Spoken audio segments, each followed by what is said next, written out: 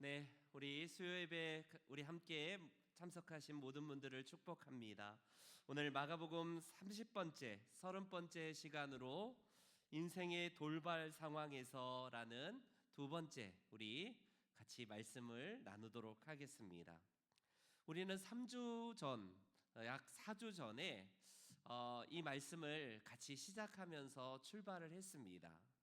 야이로라는 회당장, 나름대로 사회적인 어떤 인지도와 그 당시에 존경받는 위치에 있는 회당의 장자리를 맡았던 사람인지라 그의 삶에는 우리가 잘 알듯이 부귀와 영화와 번영 그리고 수없이 많은 그런 사람들의 존경들 하나도 부족함이 없던 인생에게 찾아왔던 인생의 돌발 상황을 우리는 살펴보았습니다.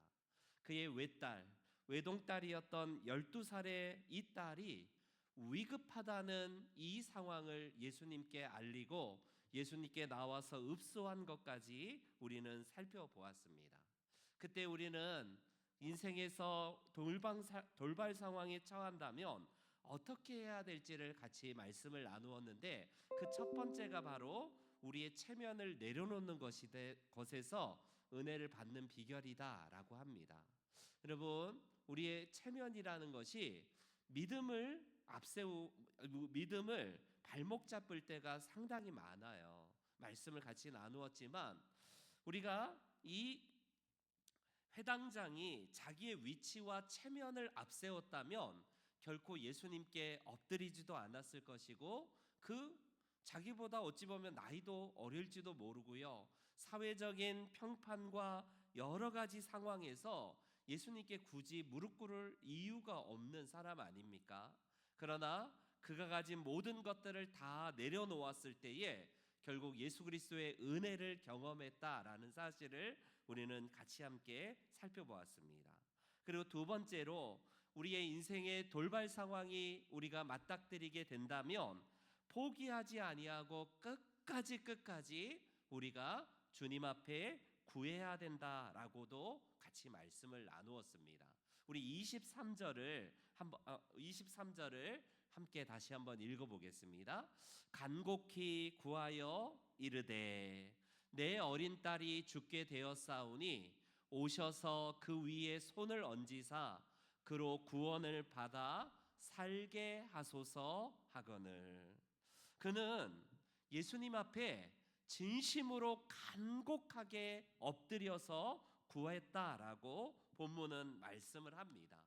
얼마나 간절했던지 그 간절함에 결과적으로 예수님이 두 번 묻지도 않고 그냥 그를 따라갔다라는 것에서 그의 간절함이 통했다라는 사실을 우리가 함께 살펴보았습니다.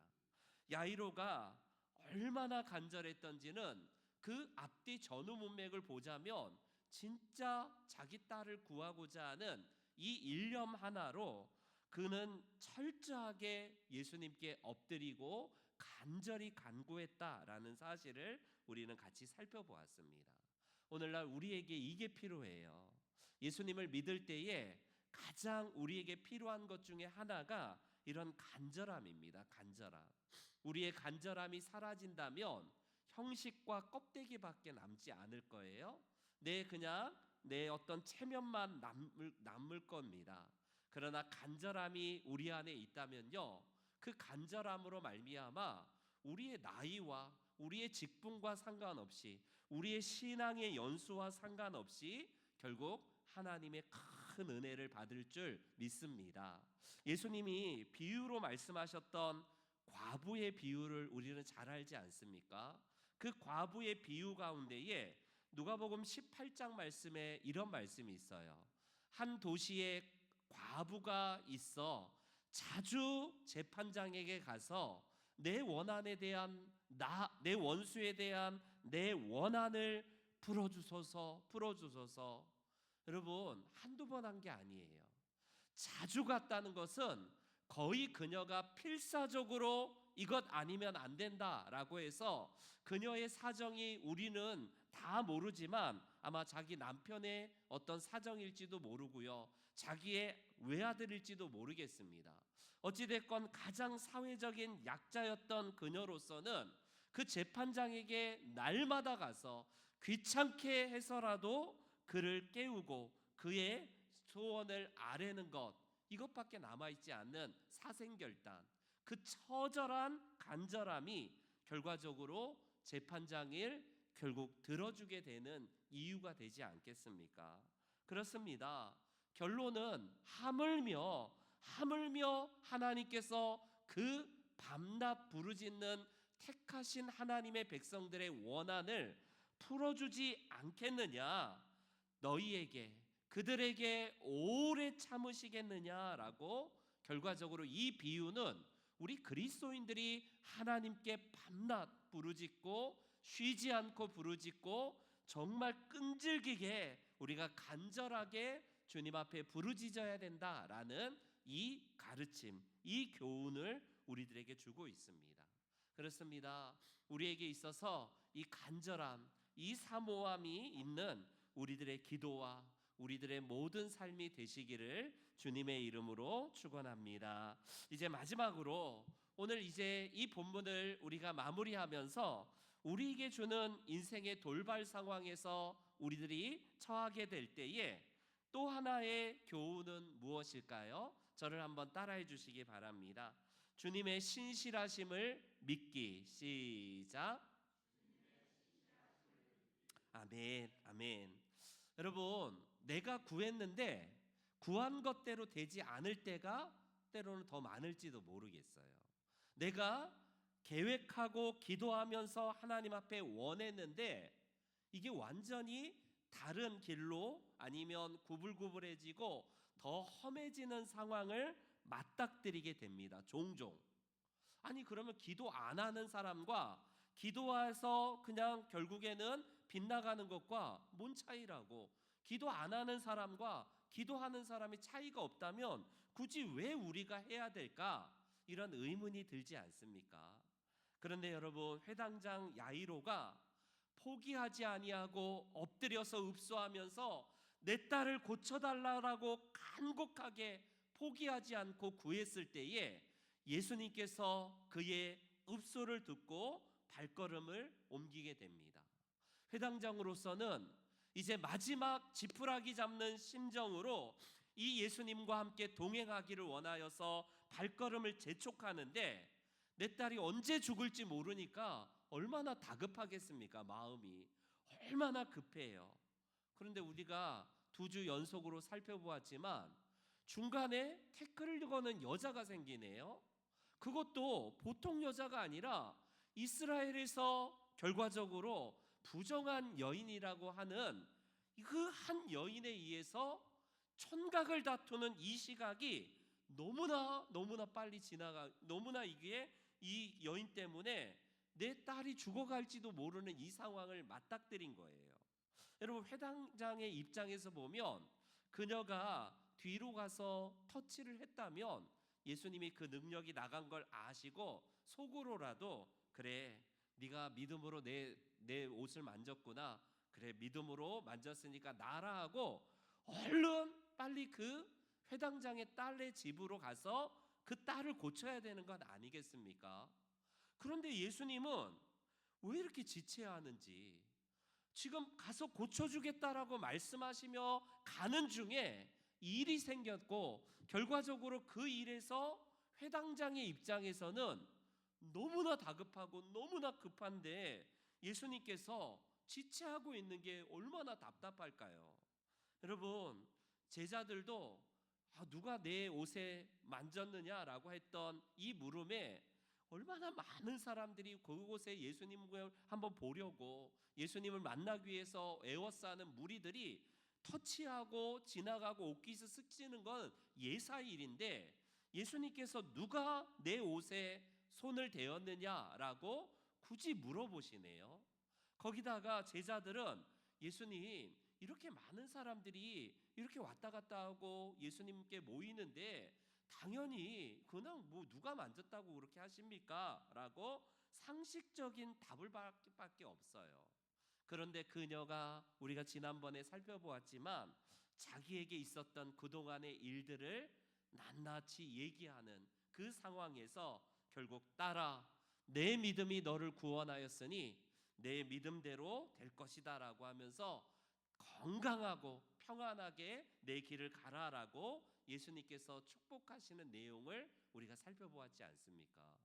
여러분, 이 대목에서 이 여인과 그 주변 사람들은 기뻐할지 몰라도 가장 문제는 뭐냐면 회당장 야이로입니다. 지금 한시가 급한데 그 여인과 지금 대화할 시간도 없는 이 시간에 왜 이렇게 지체하고 있는지 너무 타들어가는 이 마음 누가 알아주겠습니까? 그 딸이 죽을지 모르는 이 상황에서 안 그래도 사경을 헤매는 내 딸이 지금 촌각을 다투고 있는데 왜 이렇게 시간을 지체하시는지 결국 아니나 다를까 그 회당장 야이로의 집에서 한 종이 사람이 와서 결과적으로 이 회당장에게 말씀을 전가를 이제 합니다. 우리 35절 말씀 다 같이 한번 읽어볼까요? 시작.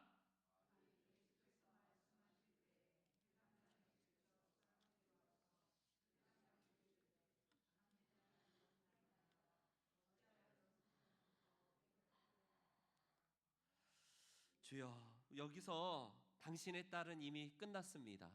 이제 끝났습니다. 더 이상 선생님을 관여시킬 이유가 없고 이제는 장례를 치를 때가 됐습니다라는 정말 비극적인 비보, 이 소식을요 전하는 이야기를 회당장도 들었고 예수님도 들었습니다.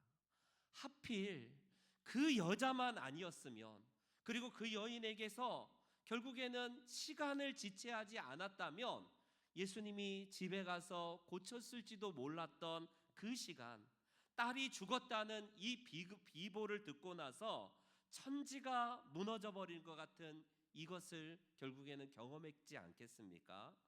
그렇게 포기하지 않고 예수님께 매달렸는데 내 딸이 죽었다니 이젠 끝났구나, 더 이상 이제는 끝났구나라고 이렇게 그는 완전히 하늘이 무너지는 것은 충격을 받았겠지 않았을까요? 그런데 여기서 야이로의 딸이 죽었다라는 이 말을 들으신 예수님은 어떤 반응을 보였습니까? 아이고 회당장 미안하네, 내가 저 여인만 아니었으면 하필 저 여인이 중간에 왔는데 내가 모르고 지나갈 수도 없고 저 여인을 고쳐야겠다라는 마음 때문에 그랬으니 좀 이해하게 라고 이렇게 말씀드렸나요? 내가 조금만 시간이 좀 더 있었으면 좋았을 텐데 아유 안타깝군요, 미안합니다, 예수님이 이러셨습니까? 뭐라고 예수님께서 죽었다는 이 비보, 이 전가를 들었던 회당장에게 뭐라고 말씀하시는지요? 다 같이 36절 말씀 다 같이 시작.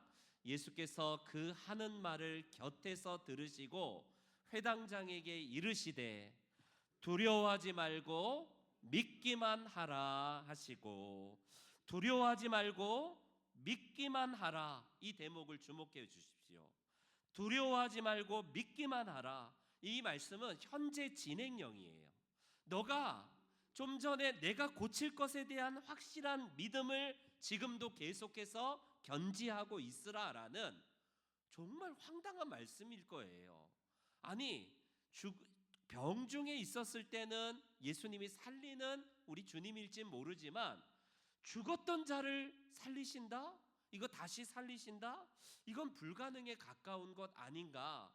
어찌 보면 모든 것을 다 포기하고 절망의 상황 가운데에서 회당장을 향하여서 내가 두려워하지 말고 믿기만 하라, 절망적인 상황이 너에게 닥쳤더라도, 네가 인생 가운데에 불가능한 것처럼 보이는 상황일지라도 결과적으로 그렇게 믿는 믿음을 포기하지 말라라는 예수님의 말씀입니다.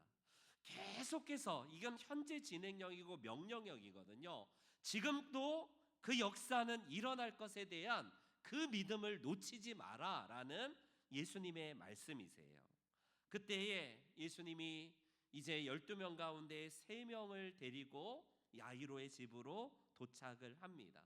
거기서 보니까 세 명 베드로와 요한과 야고보를 데리고 그 집에 갔는데 당연히 이 외동딸이 죽었으니, 이 고명딸 너무나 귀한 딸이 죽었으니 당연히 사람들이 슬피 울고 이 죽음에 대한 애도를 하는 게 너무나 당연하지 않습니까? 그때 예수님께서 그 집에 도착하여서 우는 자들에게 뭐라고 하십니까? 어찌하여 떠들며 우느냐? 이 아이가 죽은 것이 아니라 잔다. 이 아이가 죽은 것이 아니라 잔다라고 말씀하십니다. 사람들의 반응은 비웃기 시작해요. 저런 정신, 지금 상황 파악이 안 되는가? 저 사람이 지금 아무리 위대하다 한들 죽은 사람을 어찌 살리려고 저런 허황된 말을 할까? 지금 죽은 게 확실한데 당신은 지금 바깥에 있다가 들어와서 자는 것처럼 보일지 모르지만 우리가 죽은 것을 확인했고 결국 죽은 아이인데 왜 저런 허황된 얘기를 할까? 사람들이 비웃기 시작합니다. 예수님은 결국 그 회당장과 회당장의 아내와 세 명의 제자를 데리고 이제 방으로 들어갑니다. 모든 사람들을 다 내보낸 다음에 그 방에 남은 이 사람들과 함께 결국 예수님은 어떻게 말씀하시는지요? 회당장에게 두려워하지 말고 믿기만 하라 라는 그 믿음, 그 말씀 그대로요, 이 딸에게, 이 죽어있는 딸에게 달리다굼이라는 그 아람어 시리아어를 이 아이에게 선포하시는 내용입니다. 이 말을 번역하면 마가도 기록하고 있지만 아이야, 소녀야, 일어나라 라고 명하시는 예수님의 명령이에요. 이것을 통해서 결과적으로 이미 죽었던 그 아이가 다시 일어나기 시작하고 몸을 움직이기 시작하면서 결국 한 발짝 한 발짝 다시 걷는 놀라운 기적이 발생되게 됩니다. 다시 살아나고 기적이 주님께서 시작되었다라는 소식이에요. 여러분, 이런 비슷한 이야기가 요한복음 11장에도 있지 않습니까? 우리가 잘 아는 그 마르다와 마리아의 오빠 나사로가 죽었다는 소식을 예수님께서 예루살렘에서 들으셨습니다. 그 예루살렘에서 들으셨던 예수님께 이 마르다와 마리아가 급히 보내서 오빠가 지금 죽으려고 하니까 예수님 빨리 오세요 라고 전달하지 않나요? 그때에 예수님께서 나사로가 위급하다는 소식을 듣고도, 그리고 이미 죽을 것을 알면서도 이틀을 더 유했다라고 요한사도는 기록을 합니다. 아니, 빨리 죽을 줄 알았으면 빨리 가서 빨리 고치시던지 살리시던지 해야 되는데 예수님께서는 이틀이나 더 지체하고 있다가 결과적으로 나중에 베다니에 갔더니 이미 죽어서 사흘이나 지난 이 돌 무덤 안에 갇혀 있는 나사로의 시체를 대면하지 않습니까? 결국 무덤을 막고 있는 저 돌을 옮겨 놓아라 라고 했고, 예수님은 나사로야 나오라 라고 명령하시는 대목도 우리는 볼 수가 있습니다. 여러분, 울고 있는 이 회당장의 사람들, 주변에 많은 사람들이 우는 반응과 똑같이 마르다와 마리아를 비롯한 동네 사람들이 젊은 이 청년, 이 나사로가 죽은 것을 결국에는 울고 있을 때에 예수님께서 그들 가운데 도착해서 하셨던 말씀이 뭡니까? 요한복음 11장에 보니까 40절에 내 말을 내가 믿으면 하나님의 영광을 보리라 하지 아니하였느냐? 예수님께서는 이미 내가 저기 지금 이 현장에 없어도 내가 부활의 주님이라는 사실을 네가 믿어야 된다라는 말씀이에요. 회당장에게 했던 말과 똑같습니다. 현재적으로 예수님은 시공간에 예수님이 여기 안 계시면 못 고치거나 예수님은 뭐 다른 곳에 계시면 뭐 이거는 불가능하거나 그런 게 아니라는 거예요. 예수님께서는요, 바로 우리들에게 이 말씀을 통해서 주시는 교훈은 뭐냐면, 우리는 이미 늦었다라고 생각해요. 우리는 끝났다라고 생각할 때에 결국에는 어떻습니까? 나사로도 이미 무덤에 들어가 있고 이 소녀도 결국에는 죽어서 결국에는 이제 매장할 또 이제 시체를 처리할 그 상황밖에 놓여 있지 않는 겁니다. 그런데 주님은 늦지 않았어. 이렇게 이 상황에서도 이런 말씀을 하시네요. 여러분, 나사로를 살리실 때에도 동일합니다. 그 주변에 많은 사람들과 일반 상식을 가진 사람은 끝났어. 더 이상 손을 볼 수가 없어라고 하는 그 상황에서 예수님은 아니야. 너희들은 끝난 게 아니야라고 전혀 반대의 말씀을 하십니다. 이사야서에 보면 우리 하나님께서 이런 말씀을 하세요. 이는 내 생각이 너희의 생각과 다르며 내 길과 너희의 길이 다르고 하늘이 높음 같이 결국에는 내 길은 너희의 길과 다르다라고 우리 주님께서는 말씀합니다.